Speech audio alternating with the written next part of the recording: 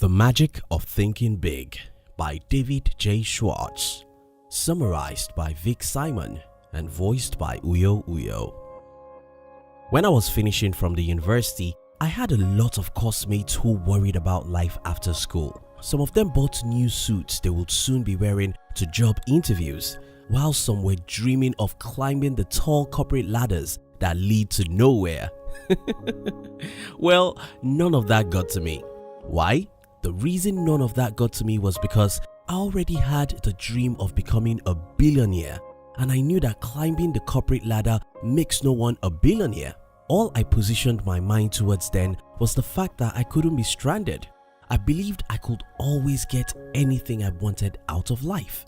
Many years after graduation from one of the best universities in our country at that time, most of those guys who were buying suits for the jobs of their dreams are teachers in high schools today, while some are still looking for jobs.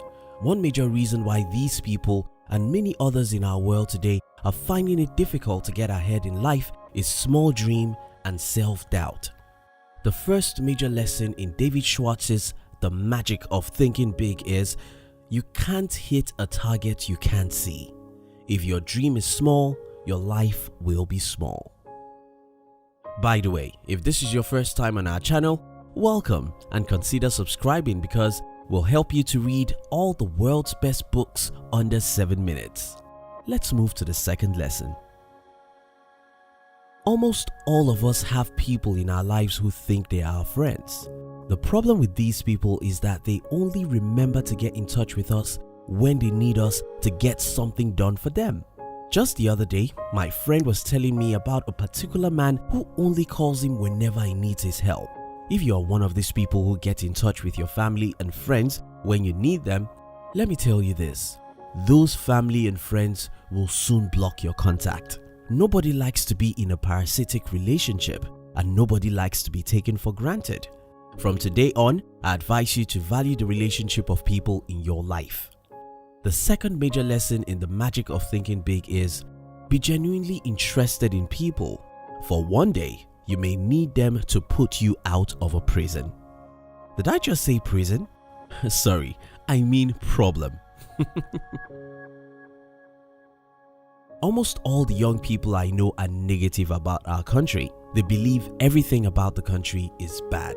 The problem with always seeing negativity is that your brain is conditioned to negative things, and so is your mind. There was a young man I met a while back. He met me listening to one of my teachers on YouTube, so he asked me if those things my teacher was talking about are applicable in our country. I said, why not?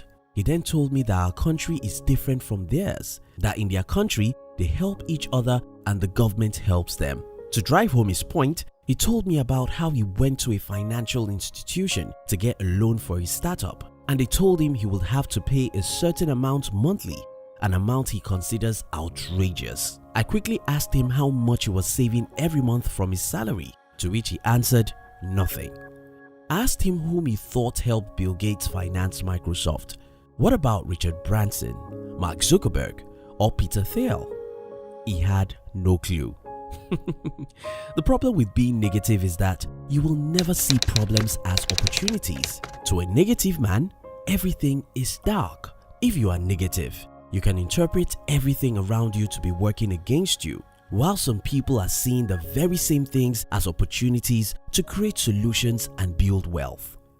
The third major lesson in the magic of thinking big is eradicate negative thoughts from your mind and always be optimistic about life. Have you heard poor people say rich people only surround themselves with rich people? Well, that's because ambition is contagious, and so is poverty. Being rich is more about habits than it's about making money, and this is one secret that the rich know. We all have been able to build up our minds in such a way that spending time with people of like minds is the only way we live. Bill Gates and Warren Buffett have been friends for 27 years as at the time of producing this video. How did they meet? It was Bill Gates' parents who invited Warren for a dinner through one of their mutual friends. His mother told him about the dinner, and Bill Gates first declined going with them to the dinner. He told his mother he was busy. At that time, Gates didn't believe in vacations, he only focused on his job at Microsoft. His mother told him that Warren will be an interesting person to meet, but Gates didn't believe. Gates thought the meeting would be a waste of time, as he considered Warren as one man who bought and sold pieces of papers. He didn't think they have much in common. As the meeting turned out, Gates was wrong, as he discovered that they have so much in common.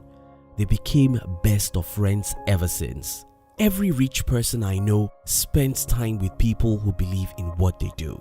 You must do the same thing. Stop spending time with chickens if you want to soar like eagles. The fourth major lesson in David Schwartz's The Magic of Thinking Big is spend more time with people who believe in your vision. One of the major problems with our school system today is that there's too much emphasis on memorizing facts. The teachers believe that a child is brilliant if he could recite facts and figures. Each time I passed by a school and I hear children reciting facts that they have been previously taught, I feel sad.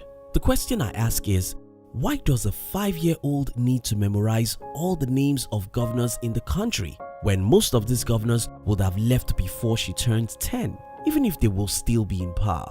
Why does she have to bother her brain for something she could get instantly on Google?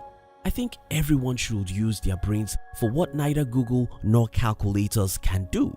The fifth major lesson in David Schwartz's The Magic of Thinking Big is stop using your brain to store facts and figures. Use it for creative thinking.